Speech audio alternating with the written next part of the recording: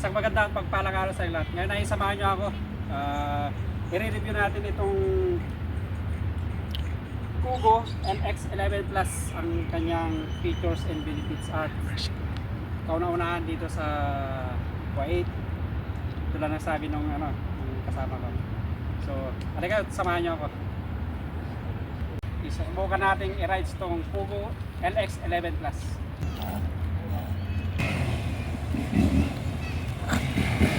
Smooth ang takbo. Please support my channel, like, share, and subscribe. At pakipindot na rin yung notification bell para updated kayo lagi pag meron akong mga bagong videos. Thank you! Yung mga mahilig dyan sa scooter, ito maganda para sa'yo. Kugo LX11 Plus. Matibay ito. So ito yung mga features and benefits ng scooter na to. Maximum range, medium speed 160 km, maximum speed 85 km per hour, maximum load 150 kilograms, plus light LED, charging time 10 hours, motor 1500 watts, battery capacity 60 volts, 31.2 EH, tire size 11 inches vacuum tire, display screen LCD, climb angle 45 degrees, net weight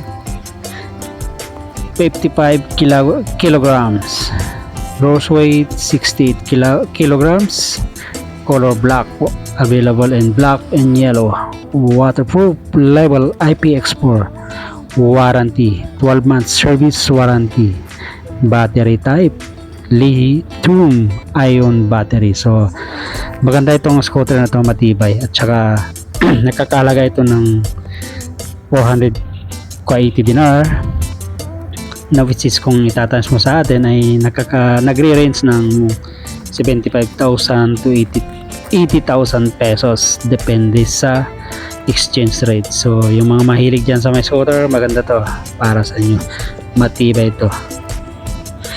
Ano bang hinihintay nyo? Yung mga mahilig dyan, pwede nyong subukan to.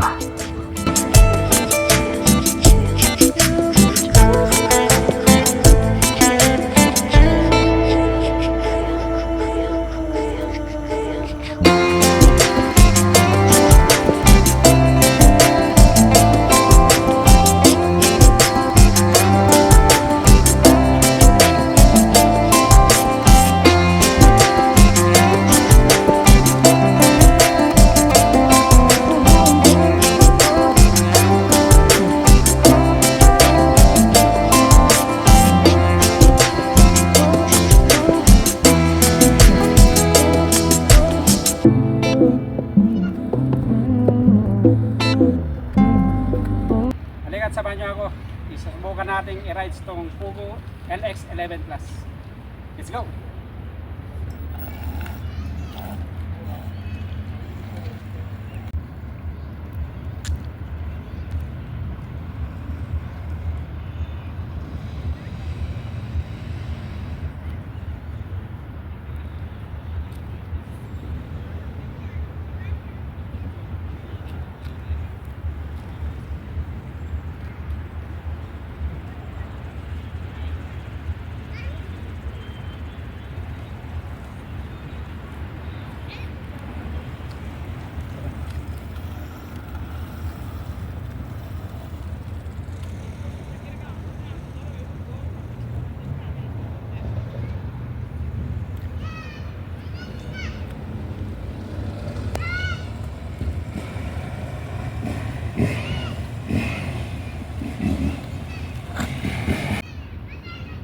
Ayos na ayos itong Kugo NX11 Plus. Smooth ang takbo. Maraming salamat. Ako pala si Ronnie, isang OFW dito sa bansang Kuwait. Please support my channel, like, share, and subscribe. Have a nice and great day to all of you. Kita-kits sa mga sunod kong videos.